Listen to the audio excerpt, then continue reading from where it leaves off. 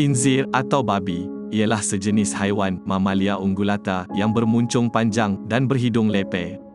Khinzir juga membiak dalam kawasan yang kotor seperti kawasan bernajis yang mempunyai kotoran. Bagi umat Islam, haiwan ini haram dimakan.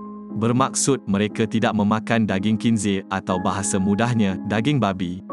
Mungkin kita pernah diajukan soalan oleh rakan-rakan non-Muslim kenapa babi haram dimakan oleh orang Islam. Jadi, semuanya akan kami kupas dalam video kali ini. Selamat menonton.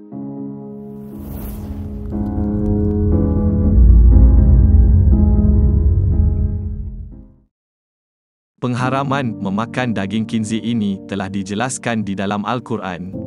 Allah berfirman, "Sesungguhnya, Allah hanya mengharamkan bagimu bangkai, darah, daging babi dan binatang yang ketika disembelih disebut nama selain Allah. Tetapi, barang siapa dalam keadaan terpaksa memakannya sedang dia tidak menginginkannya dan tidak pula melampaui batas, maka tidak ada dosa baginya. Sesungguhnya, Allah Maha Pengampun lagi Maha Penyayang." Surah Al-Baqarah ayat 173.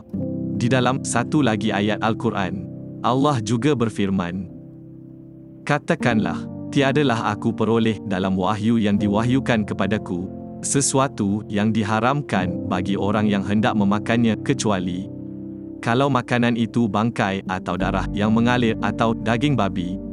Kerana sesungguhnya semua itu kotor, atau binatang yang disembelih atas nama selain Allah. Barang siapa yang dalam keadaan terpaksa sedang dia tidak menginginkannya dan tidak pula melampaui batas, maka sesungguhnya Tuhanmu Maha Pengampun lagi Maha Penyayang." Surah Al-An'am ayat 145. Dua ayat ini jelas menunjukkan pengharaman memakan daging babi. Jadi, jawapan yang sebenar kenapa umat Islam tidak memakan daging babi adalah kerana ia adalah perintah Allah dan wajib ditaati. Ramai juga yang beranggapan bahawa ajaran Islam sahaja yang mengharamkan memakan daging babi. Namun, dalam kitab Bible juga turut menyatakan hal yang sama.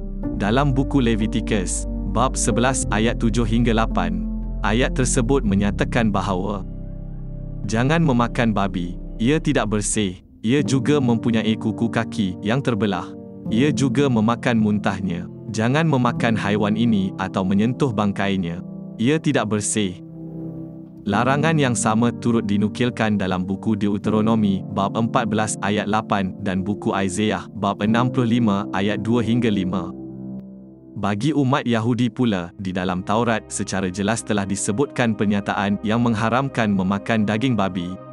Sesungguhnya, babi adalah haiwan yang tidak layak dimakan, tidak bersih dan haram untuk dimakan, serta tidak boleh disentuh jika sudah menjadi bangkai. Babi adalah kotoran bagi manusia. Safa 11 ayat 7 hingga 8. Dari segi sains pula, apabila seseorang itu memakan daging babi, dia berisiko untuk mendapat penyakit helminthiasis. Helminthiasis ialah penyakit yang disebabkan oleh serangan cacing parasit dalam tubuh manusia.